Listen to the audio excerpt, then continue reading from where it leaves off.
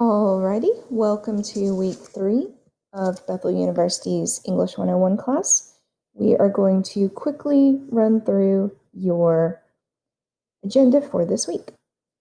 We are going to paste your rough draft for your narrative into the complete tab, and we are going to practice doing a citation for the source of your narrative in the discuss tab. So let's look at the complete tab first. You will be typing your rough draft or pasting it into this essay section. And I do recommend that you type it in Word or Office 365 or a program that you're really comfortable with so that you can save a backup. And you can always email a backup to yourself if you really enjoy having those backups to make you feel warm and fuzzy inside. And that's a good idea because there's nothing more frustrating than writing something and losing it.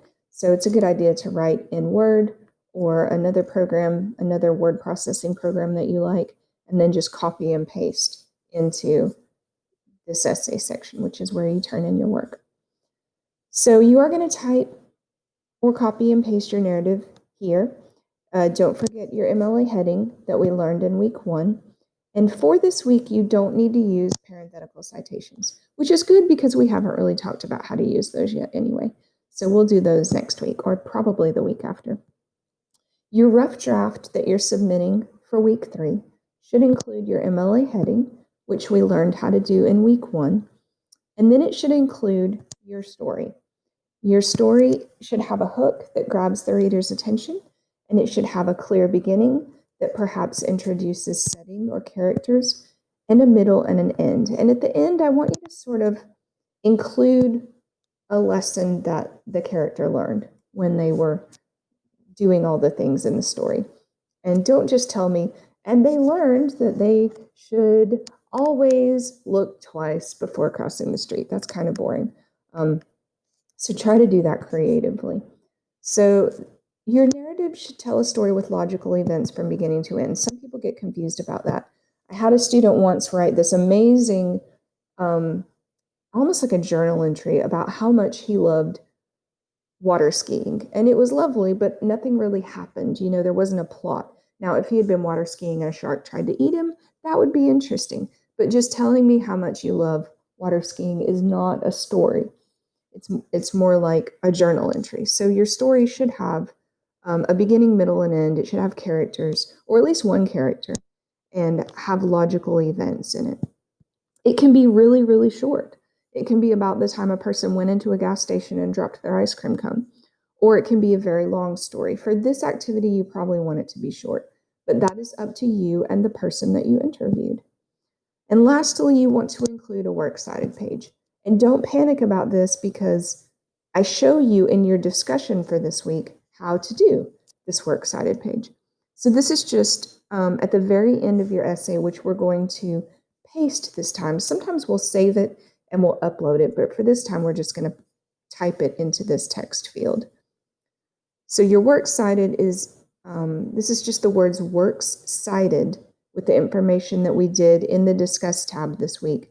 And it goes at the very end of your essay. You're just going to space, or rather hit enter a few times, and then type works cited and your source the way that we formatted it in your discussion tab. Okay? So for your essay and for everything in this class, try to write correctly and academically. The narrative is a story, so punctuation and sentence structure isn't quite as strict as it would be in a research paper, but you still need to try to write clearly and without any errors.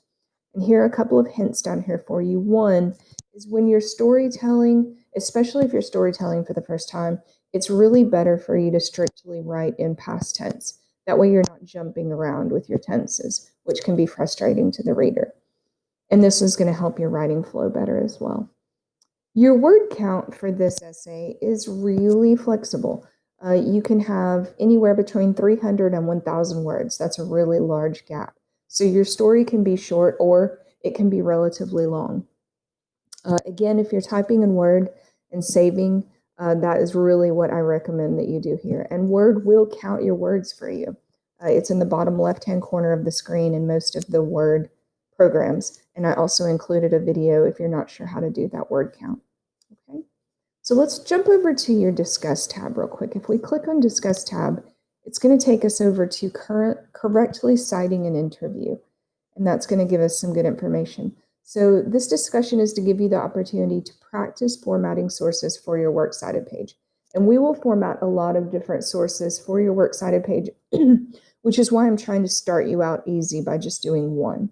So on your works cited page, you're going to put, oh, an extra T there, that's fun. You're going to put, no, you're going to put the name of the person that you interviewed, the words personal interview, and the date that you interviewed them. So that's all that goes in that citation on your works cited page, which is very simple compared to the works cited pages that we'll do in the future. So this information and all the information on how to cite your sources can be found online in the online writing lab. And I love the online writing lab that Purdue does because it's really extensive. So that writing lab can be tricky to navigate at first. So I went ahead and left you a link that will take you to the exact page that you need. So let's go ahead and click on that. So that will take us right to how to do an interview. And you're just going to put the interviewee's name, the words personal interview, and then the date that you interview them. And as you can see, the date is written in that funny way that we did when we did our MLA headings, which is day, month, year. Okay. All right. So I think that's all I wanted to share with you for this week. If you need help, please email me, or actually don't email me. The best way to reach me, because I check these constantly, is to click on messages at the top of your screen. Okay.